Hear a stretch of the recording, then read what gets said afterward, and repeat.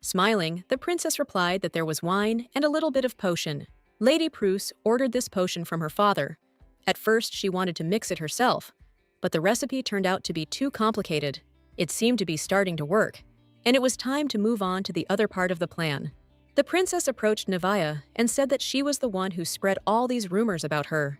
The girl laughed out loud. She clearly didn't care. It seemed that Elsie's plan was not going as she wanted, because this impudent girl had to lose her temper. With a malicious glee in her face, Miss Lawrence said that the princess could do whatever she liked, but as soon as she became crown princess, that very hour she would bring her to her knees. Elsie thought for a second.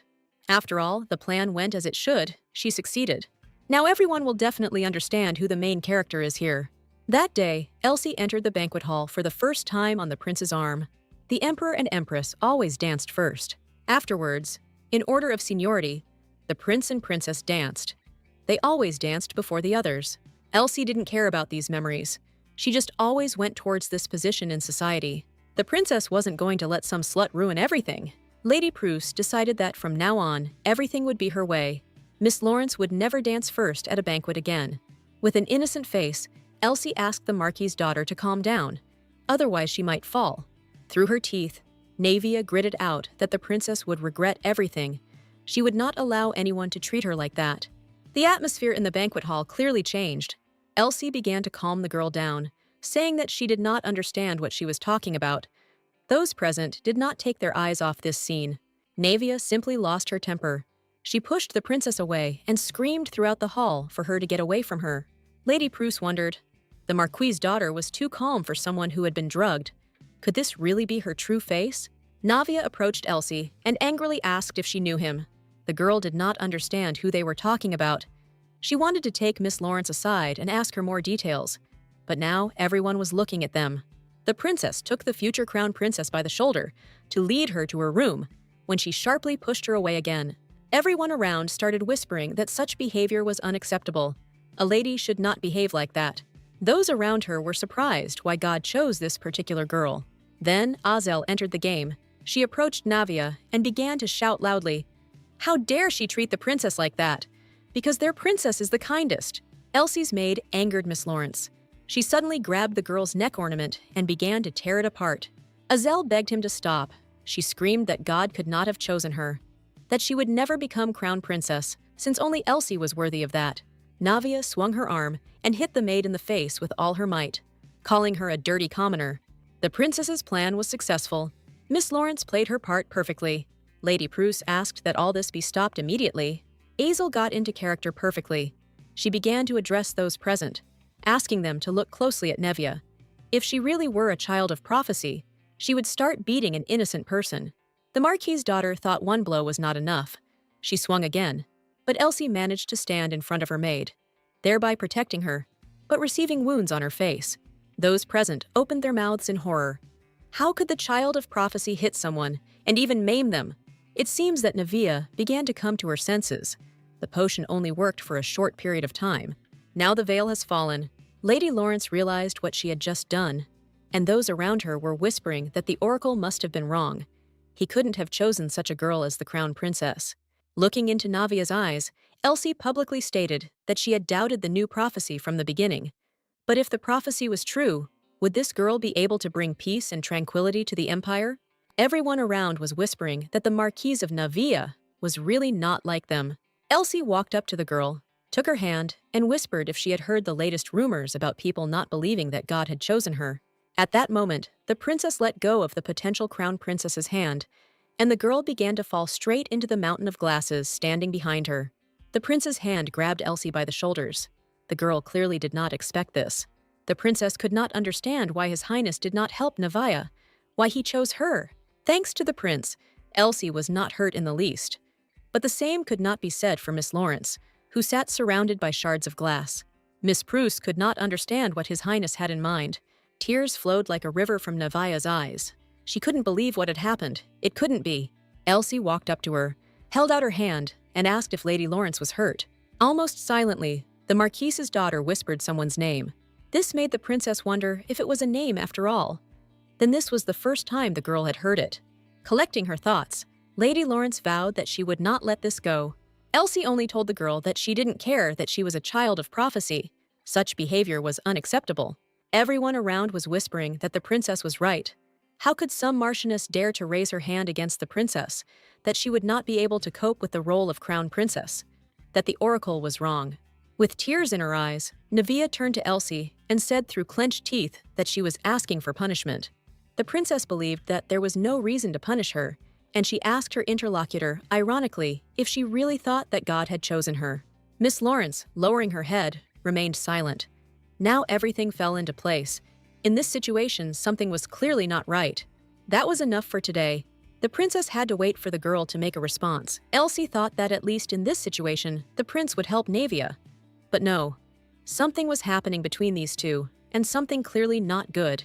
The princess's brother came up to her, and, seeing the blood, he began to wipe it away, checking to see if his little sister had been hurt too much. The conversation between brother and sister was interrupted by Azel, who approached. The girl was worried about her mistress. Elsie kept her eyes on her maid's brother. They hadn't seen each other for a long time, of course. He was the prince's assistant. And after the engagement was broken, they didn't really see each other. The boy greeted the girl as Her Highness, and the princess noticed that he still addressed her as Crown Princess. His attitude towards her did not change at all. Rubel Portuba was the prince's assistant. Among all the prince's assistants, the guy was considered the kindest. He was good, but too emotional, which led to certain difficulties in work. Therefore, it was not possible for him to become one of Rubel's closest assistants, although Elsie knew little about him, since she had never worked with him. She and Azel were very similar, both simple-minded and kind. The princess approached the maid and asked why she interfered. It turned out that it was not planned. Elsie was very grateful to the girl for trying to save her, but she didn't want Azel to get hurt because of her. Miss Pruss was very sincere now. She was truly worried about the girl. The princess turned to Sir Rubel, saying that he and his sister would have to go home early and be sure to treat the wound, asking the doctor for medicine. Lady Pruss returned to the banquet hall. The ladies immediately pounced on her with questions about how she was feeling now. The girls assured her that the scoundrel would receive the punishment she deserved. Elsie hoped that it would be the prince, not the emperor, who would take action against Navia. She wondered if he would punish her after all. The girls noticed that His Highness had been so sad lately, probably because of the prophecy that separated him from Elsie. It turned out that the ladies thought that Miss Pruss did not leave the palace precisely because of the prince. The couple was often seen together, which is why rumors began to circulate that they were madly in love with each other, and no prophecy could stop them. The princess had known for a long time that they were saying something about her and the prince, but she didn't know what exactly. The girl really loved him. Now she wondered whether the prince had ever loved her at all, or whether he had at least had feelings of sympathy for her. Although, it didn't matter anymore, since the girl believed that she no longer felt anything for the prince. The only thing is, she couldn't understand why His Highness was always nearby. Duke Rias called out to His Highness, thus distracting the prince from Miss Pruss. The girl was glad that her brother had arrived in time. She and the prince got along well, and now, at least, she wouldn't have to be alone with him. Elsie's brother was 3 years older than the prince. Previously, this age difference was felt very strongly. The prince could never defeat Rias. The boy was so good with the sword that the emperor gave him a standing ovation. At that time, His Majesty asked Rias to become his son's sparring partner. Lady Pruss's brother told the prince that the emperor was very sad that he could not meet his son. I wonder why Rias was trying so hard to hide Elsie from the prince, even though she was wearing heels. But because of his back, the girl couldn't see His Highness at all. There was no way to avoid a conversation. The princess knew that the prince wanted to talk to her alone. The girl noticed the prince's image, the hairstyle that he wears only at banquets, and the suit. How could she not have noticed it right away? He was wearing the suit that Elsie had given him. The prince never appeared in public wearing the same outfit twice. It was not like him. By the way, today was His Highness's first public appearance with Navia. The guy spoke first, asking the princess to talk to him. He was glad that it was a request and not an order. The prince clearly knew how to use the advantages of his position, because even if it were an order, the girl would not have the right to refuse. Elsie warned the prince that if he wanted to talk to her, he should make an official request. She always ran to him at the first call. The princess and the prince hardly spent time together, so when the opportunity arose, she ran to him as fast as she could. These words angered His Highness. He asked again if he understood correctly.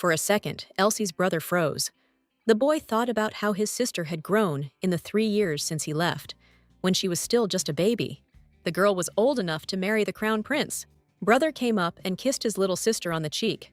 For some reason, everyone, mom, dad, brother, always kissed Elsie on the cheek. Rias was worried about his sister, whether she was very upset about the prophecy, but the girl reassured him that everything was fine, and she was not worried. She was worried about something else. As the crown princess, she looked down on her father, but now she didn't know how to behave with him. The brother reassured his sister, saying that she should behave with her father as usual. They always considered her superior to them anyway. No one from peasantry could compare with Elsie. The princess's mother always said that the emperor stole their most precious treasure. The girl saw her family only a couple of times a year, but they were still always glad to see her. Others considered the Pruss family to be cruel, cold-blooded, and arrogant. They were always kind to each other. Elsie was going to return home soon, and this is what she asked to tell her parents. Their treasure was going to turn everything upside down here and immediately return. Looking at the clock, Rias noticed that it was almost midnight, and it was time for his sister to go home. Looking with eyes full of hope that her brother would go with her, the girl asked him about it. The brother, of course, was not going to let his sister go alone. He was also going to go with her.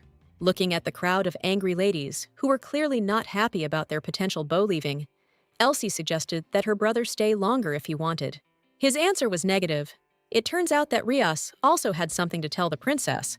The conversation was about that priest. The guy didn't expect that he had such a close relationship with Nevia. The girl was undoubtedly beautiful, but she had neither power, nor intelligence, nor talent, and yet the high priest decided to break his oath for her sake. And the age difference between them was not small. Rias was about to report this to the temple as soon as possible, but Elsie stopped him, because they would start denying everything and they would achieve nothing. They needed proof, irrefutable proof. Surely this couple had been carefully hiding, leaving no trace behind them. Rias decided to fabricate evidence, but to do so, he needed a sample of the priest's handwriting. Elsie reminded that the prophecy could be false. She only hinted at it, and Lady Navia already turned pale. The new prophecy was announced by the high priest. Something was not right about it. Since prophecies are usually received by the eyes of the church, or a few chosen priests, the princess said that the prophecy changed exactly when the head of the church changed. The prince suggested forging the handwriting and leaving a note in which the priest would confess his sins, and then kill him and make it look like suicide. In the note, the priest will talk about his relationship with Lady Nevia, and that the prophecy is actually false. Allegedly, he was pushed to take this step by the time of guilt for going against God's will. If they killed the priest, then everything would end. But Elsie knew that this could not be done, since whoever killed the priest would face divine punishment. The princess asked her brother to write just a couple of letters in his handwriting. That was enough for her. Rias agreed with her sister. A servant approached the Pruss and asked Rias to follow him immediately, as something had happened. The guy didn't want to decide anything now, but they couldn't figure it out without him. Elsie wasn't too upset. She still wanted to walk alone. So much had happened today that there was not a single guard in the garden, which the princess really liked. Someone very quietly crept up behind the girl. The stranger put a rag to her mouth and whispered that she should follow him. According to the unknown person, the princess had to wait just a minute, since someone important wanted to meet with her. Without thinking twice, Elsie stepped on her opponent's foot with all her might with her heel, and his arms weakened from the intense pain.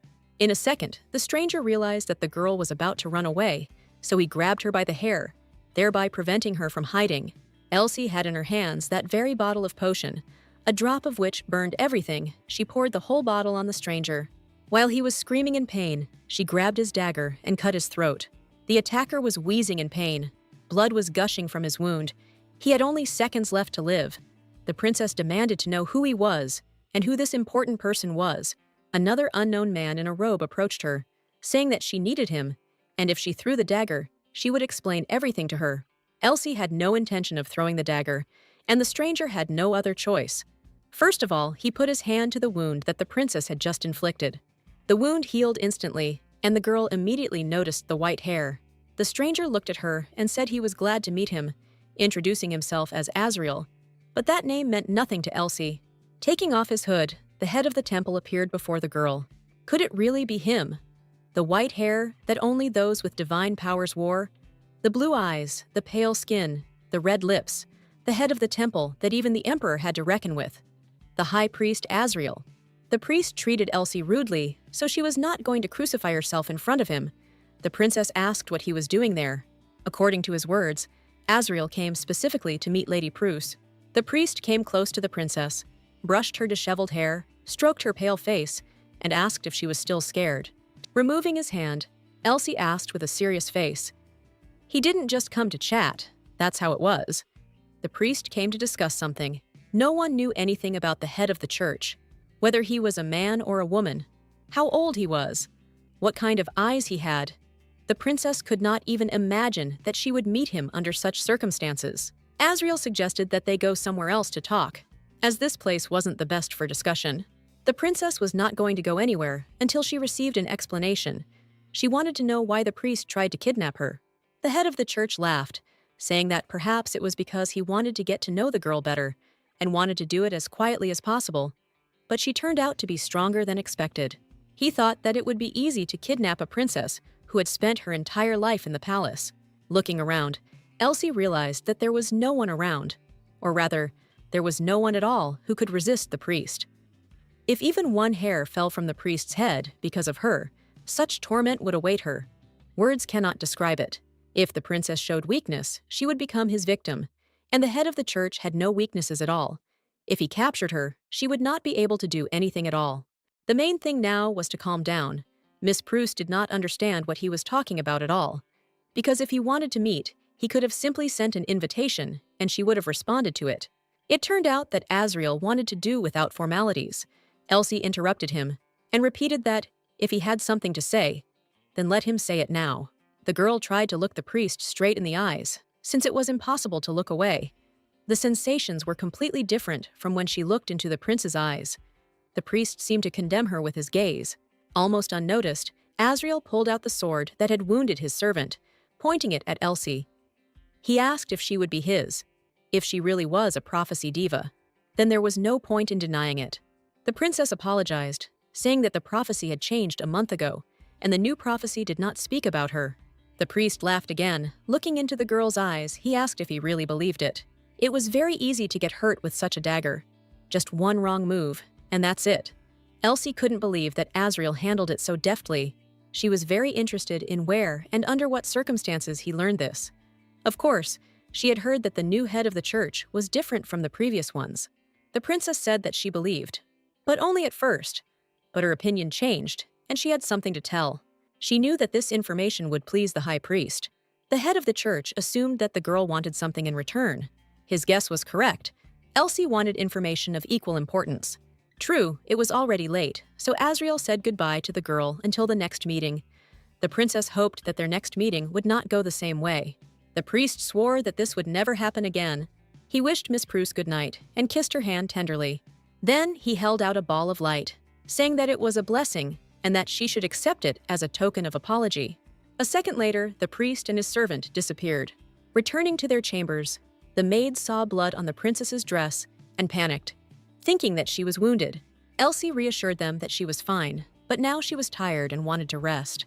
She sat on the bed and thought about what had happened, then realized that the cheek that was injured no longer hurt. Could it all be because of the blessing? It seemed like the priest she injured was okay too. The princess's calm was interrupted by a knock on the door. Someone very persistently wanted to get into her room. It was her former maid who came to inform that His Highness wanted to meet the princess and asked to bring her to his room. Elsie thought she had explained everything clearly to him last time, saying that nothing would come of it. Weren't words enough? It seemed like this evening was never ending for the princess. She was going to go to the prince, and if that was the case, she would have to explain it to him more clearly. Elsie had not been in the crown prince's room for a very long time. Now, heading to his room, the princess remembered something. Indeed, the last time she was there was when she was notified of the break in the engagement. This castle was full of her memories, wherever she went. These memories kept coming back to Elsie's mind, especially the prince's room. There were so many memories in it. The princess was not here very often, but every time she came, something special happened. Every time my heart was ready to jump out of my chest. It was on this sofa that the prince did such sweet things, completely unusual for him, and also whispered sweet words to Elsie. The girl was definitely happy then,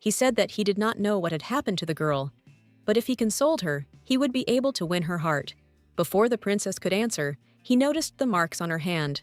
Taking her hand, the high priest said that it was not permissible to treat her precious body like that. A second later, Elsie was healed, and Azriel stood there satisfied that he was able to heal her. The girl only had time to say thank you when the head of the temple interrupted her again, apologizing for bursting into her bedroom. That's why the princess had a question about how he got there in the first place. Pointing to the window, Azriel said that he entered through it, which greatly surprised and frightened the girl, since it was unknown what else this man was capable of, who was able to climb through such a high window. The priest waved it off, saying that it was quite easy since there was a tree there. Elsie quickly changed the subject. She was eager to know why Azriel had come to her. It was clearly not for fun. This reaction clearly surprised him, since he thought that as soon as the girl saw him, she would immediately drive him away or call the knights. The high priest admitted that he thought that Lady Prusse would have the opportunity to remain on the throne and continue to amaze everyone with her beauty. However, the head of the church was shocked by her decision. Elsie didn't understand what he was talking about. And then Azriel extended his hand to her. He was simply surprised when the girl took the sword and swung it at his servant with those hands without thinking. It was impressive. The princess was very tired today. She tried to hint that the high priest should not have climbed up to her. This could have been said at any other convenient opportunity.